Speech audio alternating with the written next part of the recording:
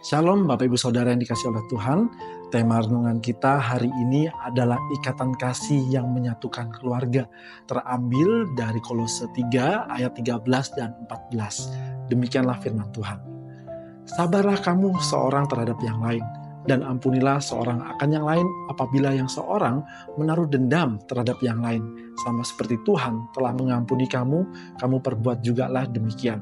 Dan di atas semuanya itu, kenakanlah kasih sebagai pengikat yang mempersatukan dan menyempurnakan. Bapak Ibu Saudara, sadarkah kita bahwa seringkali menyatakan kasih kepada orang terdekat justru menjadi pergumulan tersendiri? Mengapa demikian? Bukankah mengasihi orang terdekat justru harusnya lebih mudah dibandingkan mengasihi orang lain yang tidak terlalu kita kenal?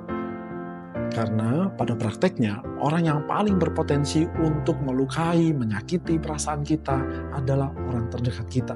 Maka tidak heran ketika sepasang kekasih masuk dalam relasi yang lebih dalam, maka mereka akan semakin melihat kekurangan satu sama lain dan akan saling mengorek kelemahannya pada saat mereka berkonflik.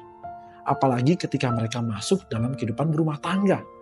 Ingat bahwa pasangan kita adalah orang berdosa. Demikian juga dengan kita. Sehingga tidak heran bila pada akhirnya berpotensi saling melukai. Mungkin luka itu bukan berupa luka fisik yang kelihatan, tapi luka batin yang begitu dalam di relung hati kita. Mungkin saat ini ada di antara Bapak Ibu Saudara yang tengah mengalami kondisi demikian. Nah, luka semacam ini bukan hanya dialami oleh pasangan suami istri, tetapi juga dalam relasi orang tua dengan anaknya ataupun sesama saudara.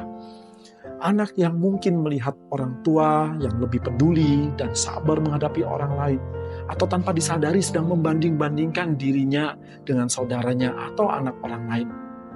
Artinya, disadari atau tidak, bahwa dalam keluarga pun juga sangat berpotensi menimbulkan banyak luka dalam kehidupan kita.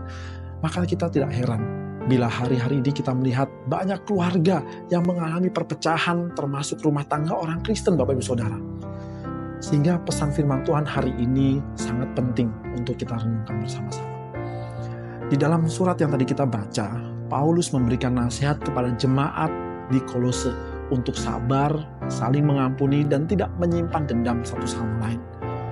Paulus mendasari nasihatnya bukan bersandarkan atau melihat kebaikan jemaat Kolose atau kemampuan mereka untuk bisa saling mengasihi.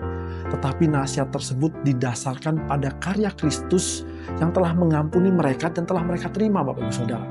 Kristus mengasihi manusia berdosa, bukan karena mereka telah berbuat baik atau karena mereka sudah bertobat maka Tuhan mengasihi.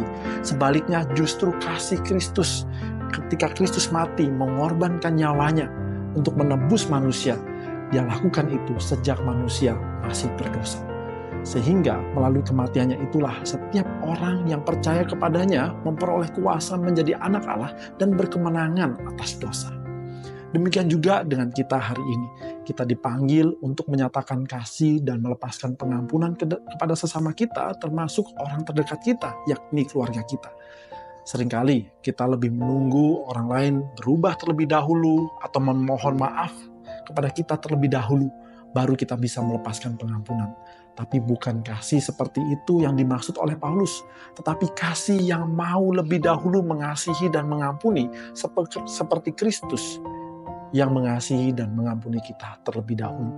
Kadang kita berpikir bahwa harta, kekayaan, materi, hidup yang mulus yang dapat mempersatukan keluarga kita. Tapi firman Tuhan pagi hari ini jelas berkata bahwa kasih Kristuslah yang dapat mempersatukan kita dan menyempurnakan keluarga kita yang tidak ideal oleh karena dosa. Pertanyaannya, apakah kasih Kristus itu sungguh kita alami hari demi hari? Kasih yang kita alami oleh karena kita sadar bahwa kita adalah manusia berdosa yang tidak layak mengampuni dan dikasihi oleh Tuhan. Maka melalui renungan kali ini, yang kita perlu lakukan adalah memohon Roh Kudus menerangi hati kita, menyadarkan kita akan keberdosaan kita, dan kita tinggal di dalam firman-Nya, yakni Injil yang menyatakan kasih Allah bagi manusia berdosa melalui Yesus Kristus.